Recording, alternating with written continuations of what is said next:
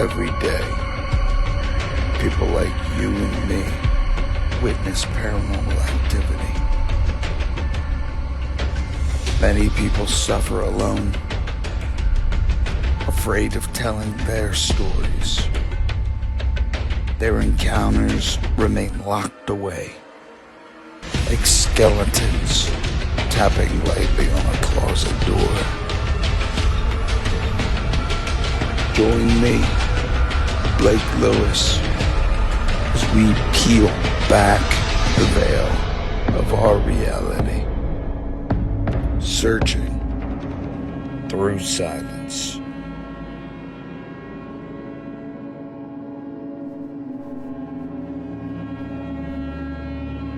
Good evening, children of the night. Oh, that was fun. I'm definitely going to end up throwing things down in this manner from now on. I'm going to put 2 options up on my Instagram. I'm going to give you the capability of being able to pick which movie that I'm going to end up diving into, or which character's franchise for that matter. And I was surprised when I put this up. I put it up as Jason Voorhees pitted up against Leatherface. I was almost certain that Leatherface was gonna win. And don't you know, Jason Voorhees came out on top. Now, this review that I'm doing, this is for the 2009 Friday the 13th reboot. And like I said, most movies, if it's a reboot, I'm not looking at it like there's going to be anything too captivating about it compared to the originals, but we'll see. So, I pop it on. The movie begins with the last surviving counselor from Jason's mother's initial vengeance for her son's drowning, chopping off her head with a machete and leaving the machete behind as she frantically storms off into the storm. Ironically enough, it begins by following 5 campers like most horror movies do. You have your Fatal 5. The plot is pretty thin and very new age, with them traveling out into the woods near and around the original massacre area of Crystal Lake in search of a marijuana farm. It makes sure that they establish most of the story directly from the beginning, with additional backstory by a nice campfire setting where Wade begins telling the story to enlighten the members of the culture of the surrounding area. Of course, this movie is iced with a couple of sexual scenes, so if you need the occasional eye candy boob vibe, you will definitely find your jump off moment. Fresh out of the gate, Amanda's got the boobies and she wants to make sure that the world knows. When Wade decides that he has to take a piss, he stumbles directly into the not so elusive marijuana field. Oh, and it happens to be guarded by Jason Voorhees, because we all know that Jason Voorhees is a fucking pothead. The other members then venture off into the woods and find remnants of a home, all broken down and dilapidated. They give you small little Easter eggs like Jason was staying there, collecting items from the camp, and all the camp counselors' whistles are hanging there. I like that part though. I thought it was a sick little Easter egg.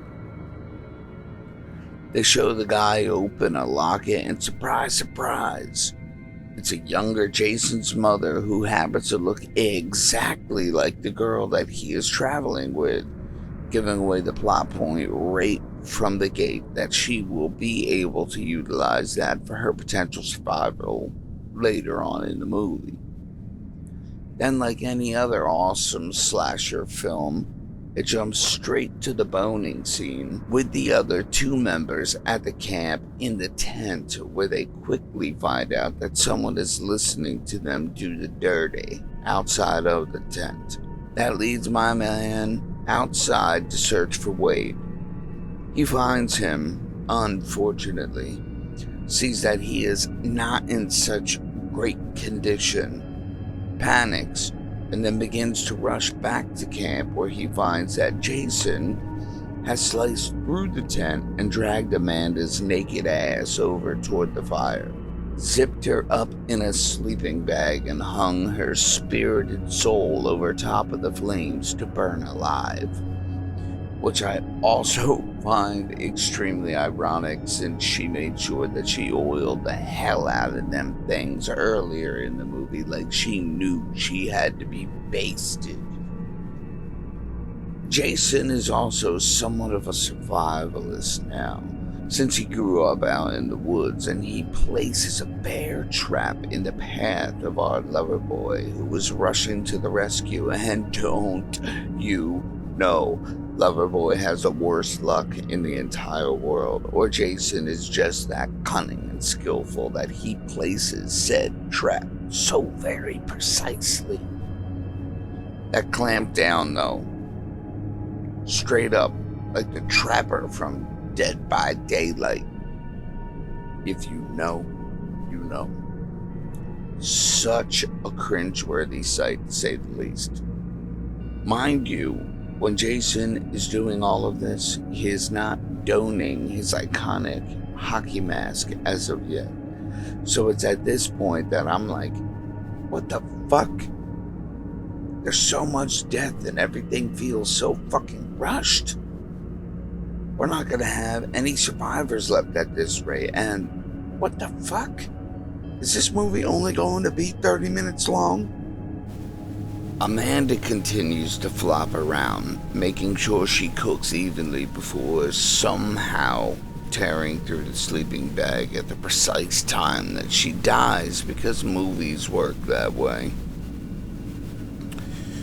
We're then carted back off to Jason's house, where Mike and Jason's mother's doppelganger enter the bathroom and find his absolutely disturbing shrine to his mother, which happens to feature her decapitated head.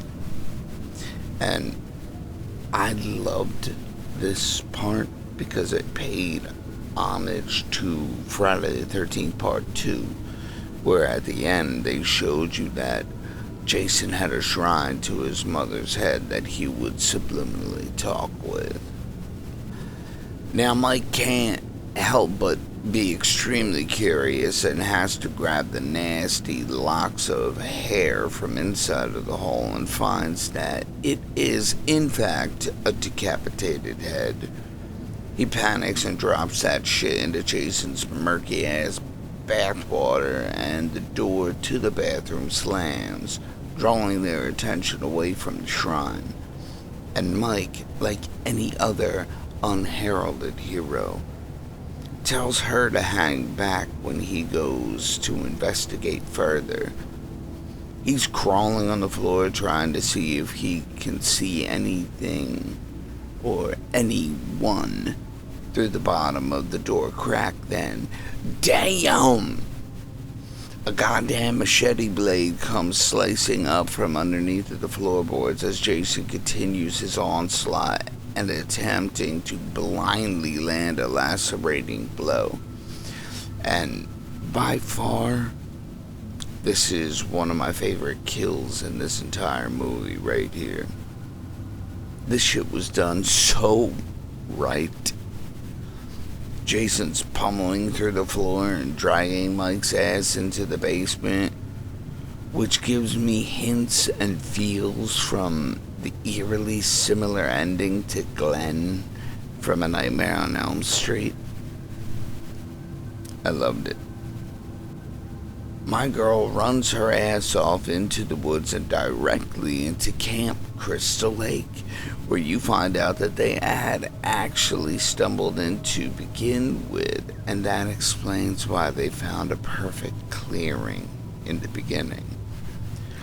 Jason runs up fast as fuck and plants his machete directly into my dude's dome piece, who was still trapped inside of the bear trap, puts his boot right on his face and swiftly removes him from the blade.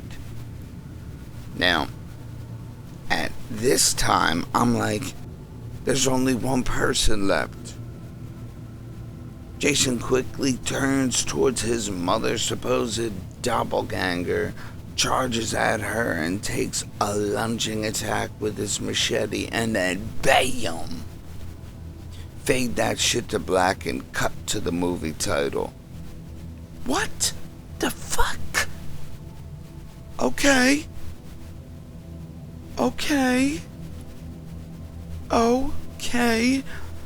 You could start the movie like this? Damn!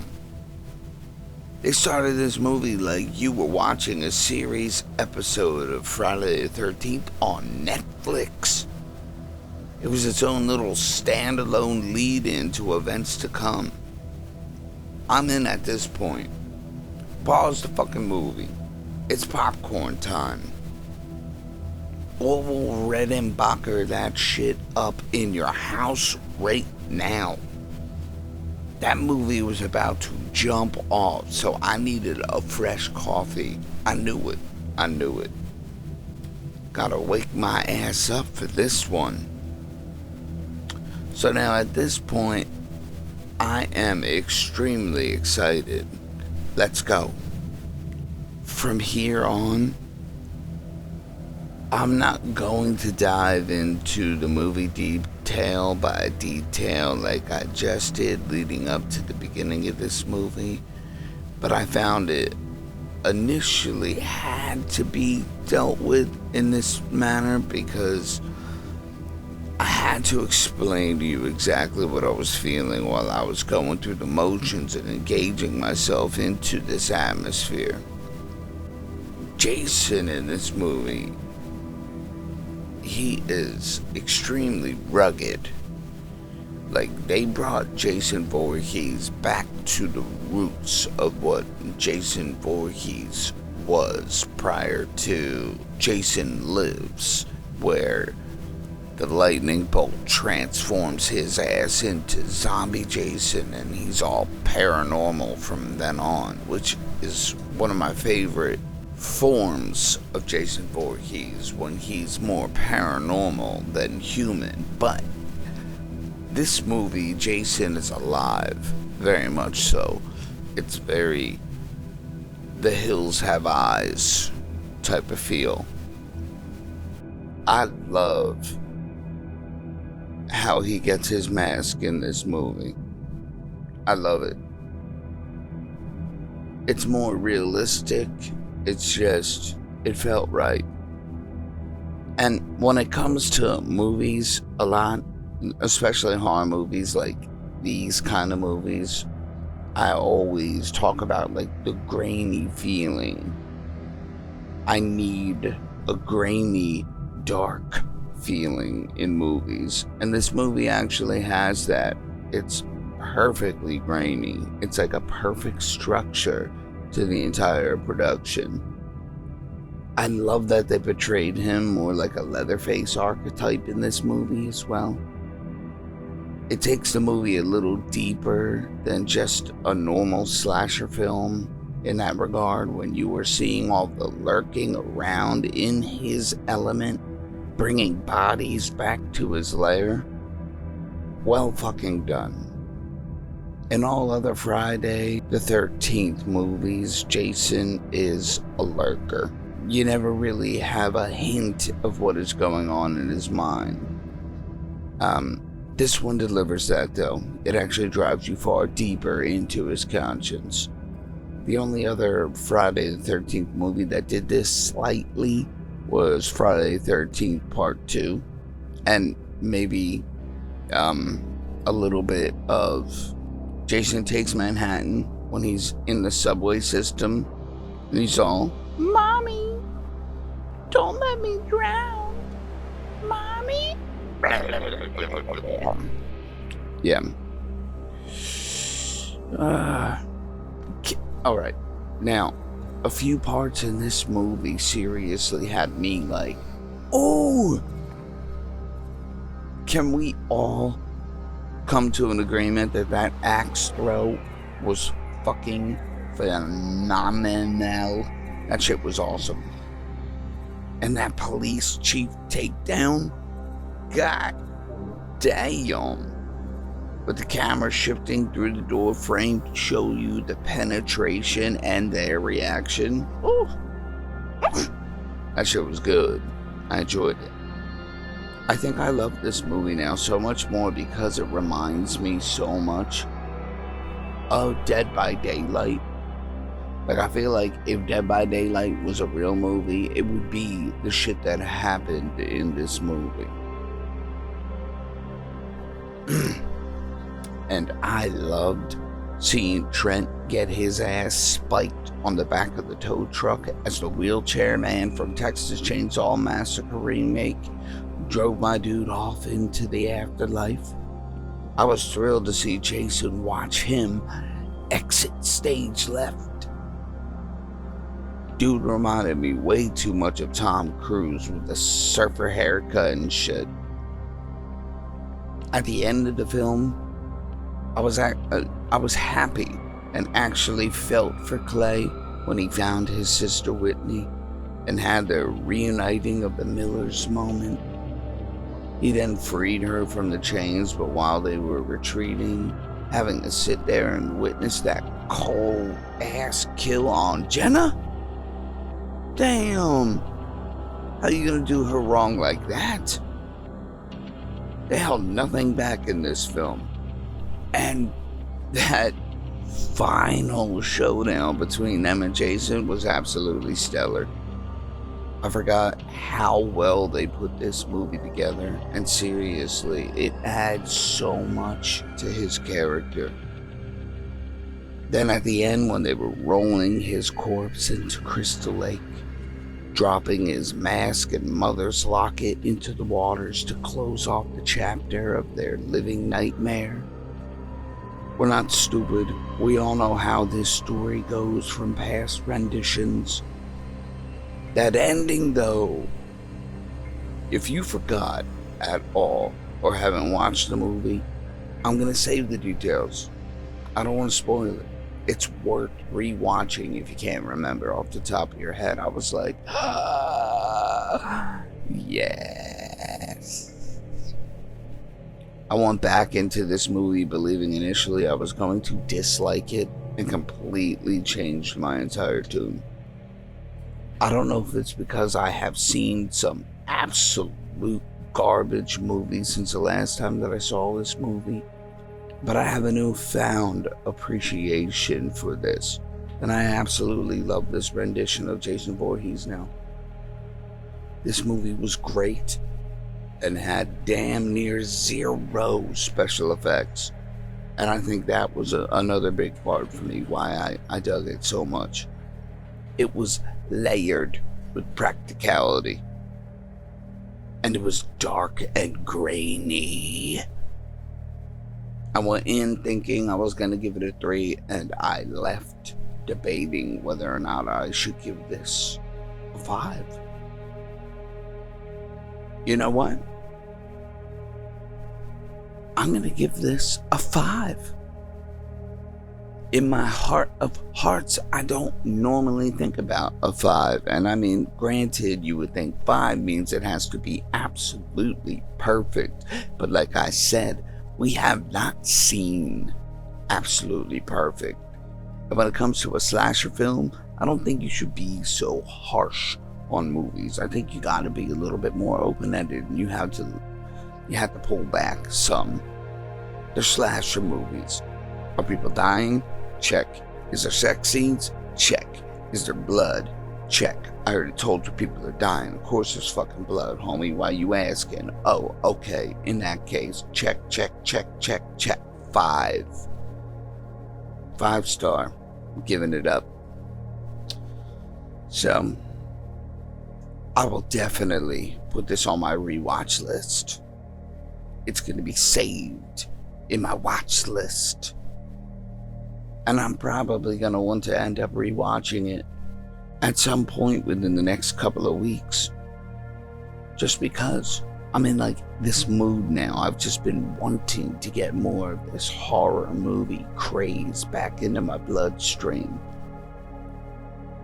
So I hope you enjoyed my little breakdown of the Friday the 13th franchise a little bit here. I didn't, again, dive too deep into the entire franchise because I really wanted to key in on this remake, because the remakes have been actually eating away at me recently since we're diving into so many of them. I want to tear down the ones that should not be here, and I want to lift up the ones that deserve the credit that they deserve. This is now one of those movies. A 5. A 5. A motherfucking 5. Check.